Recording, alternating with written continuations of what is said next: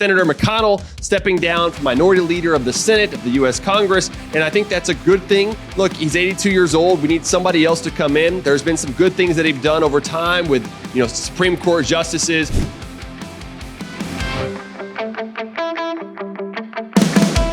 Hello, welcome to this week's Economy. I'm your host, Dr. Vance Ginn. Thank you for joining me again today. Well, today is episode 50. Can you believe it? We're already at episode 50.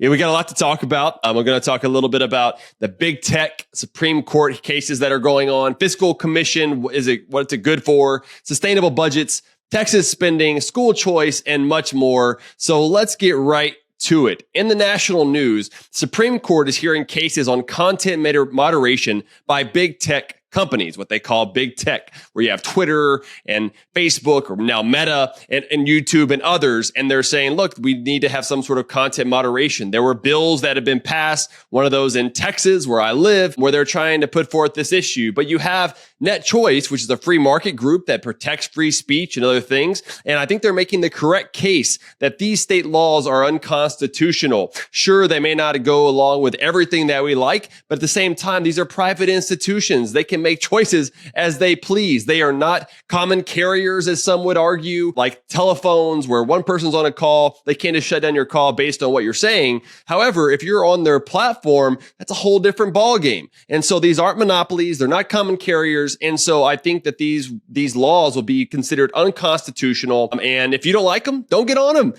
Consumers have a lot of sovereignty in these markets, and we don't need government to go in and mess things up like they normally do. The Cato Institute had a great event on these cases and Net Choice in general. I put a link to that in the show notes page at vanceginn.substack.com. So be sure to check that out and become a subscriber. Come on, only $50 a year. It'll be great help for me and my podcasting and what I'm doing here to spread the good news, but also you'll get more information each and every time that a newsletter comes out. In other news in the national front, there's a fiscal commission, right? And that's being discussed right now by Congress. This is good in theory, but is unlikely to solve anything and will likely worsen the situation by trying to raise taxes. There's a good paper in the American Economic Review, which is the largest, the most popular economic journal that's out there. And it was by Alesina, the late economist Alberto Alesina, which talks about how raising taxes does not help with deficit spending. It's spending is the problem. I've talked a lot about this. This is why we need sustainable budgets. I was on NTD News talking about sustainable budgets recently.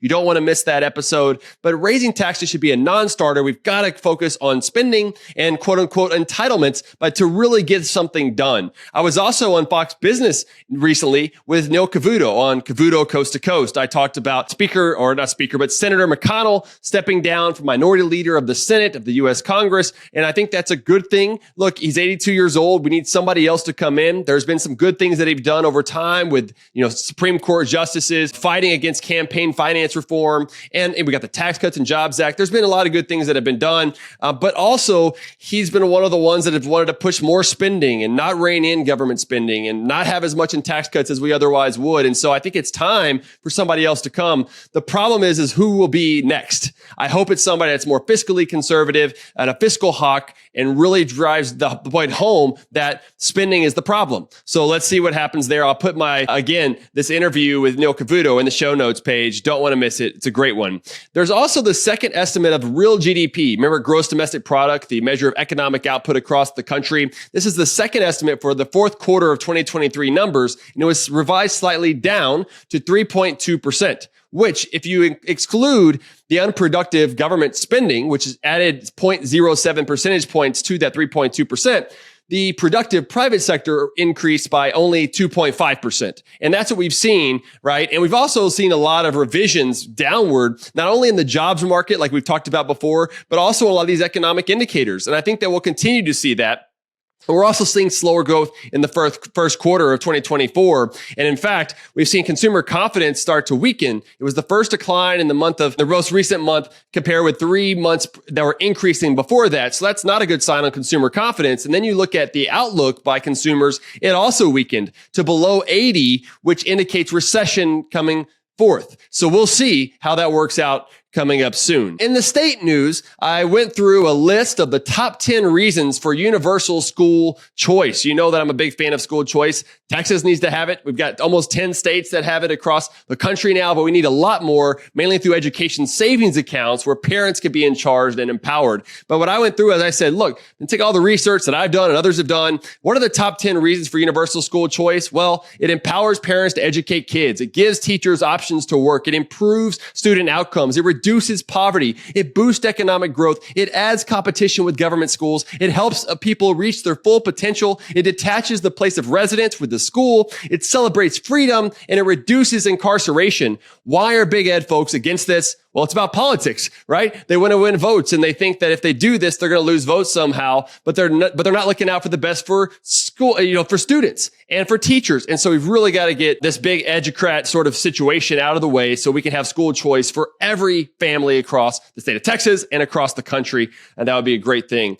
In other Texas news, Texas official promised the largest property tax cut in Texas history. But in my latest commentary at the City Journal notes how that didn't happen. And so I went through, I talked about how they overspent. They didn't provide as much in tax relief as they should have, going back to the 2006 and the period of time where they used $14.2 billion to provide property tax relief. This time was only $12.7 billion. And in fact, when you look at the data from 2023, the latest, but that's the first year of this relief, there was actually an increase in property taxes across the state by $165 million. So this was not the largest property tax cut in Texas history. In fact, it wasn't even a cut overall. And it was the second largest property tax relief, if you want to put it in those terms. So check out that commentary that I had. In other state news, Wyoming had a bad bill, House Bill 203, to raise the state sales tax rate by 2 percentage points, and it would have reduced property taxes, and the way they would have done it was by increasing the homestead exemption. There was one bill initially with this bill, it would have raised it by $200,000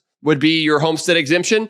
And then another part of it was after the first year, in the second year, there would be $1 million exemption. So that would have exempted, I think they said like 97% of all homes. So it almost eliminated that property tax. The problem is that it would have left the property tax in place and had a higher state sales tax rate. That's not the situation that you want. What you really want to do for a better way is to limit government spending.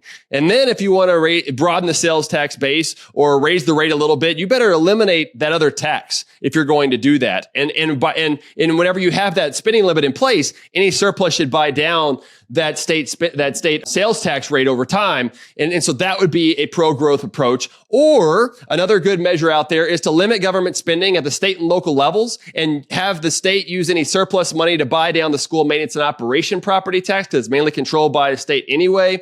And all the local governments should use any of their surplus to buy down their own property tax rates. And if you did that, that's the path to eliminating these taxes. So there's a couple of ways to do it. I like the kind of, the quote unquote swap with a sales tax because it's done immediately and you don't have to worry about these politicians, but you've got to make sure you connect it with spending limits and with spending restraint. If not, you grow government too much. But this other path is also really good about using surplus money to buy it down. My concern with that is it just takes so long and you've got to be reliant on politicians to do the right thing and not spend enough. So we just got to keep putting pressure on them. So that's something else that's going on there. So ultimately, I think Wyoming should reject this bill unless they get something that limits government spending at the end of the day. On my media hits and more, don't miss my episode on the Wake Up America show with Austin Peterson, where we discuss the labor market, economy, and more. He has a great show. Please go check it out. I put it in the show notes page. Next week, I'll be in Baton Rouge for the Pelican Institute's Technically Speaking event and Solutions Summit. So there's going to be a great panel that I'll be on called A Fiscal Blueprint for a Brighter Louisiana Future. We're going to have a great discussion about spending limits and sustainable budgets and responsible budgets and all that good stuff.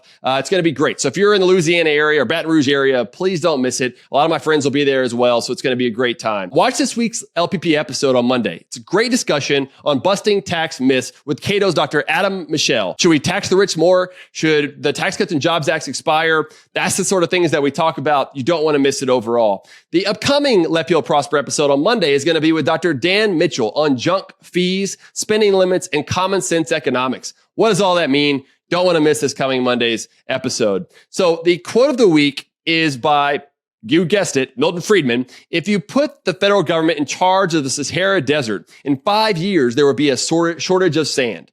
right? That's what happens when you put government in charge. Government is the problem. We need to get government out of the way. The Bible verse of the week is, when I am afraid, I put my trust in you. Psalms 56:3.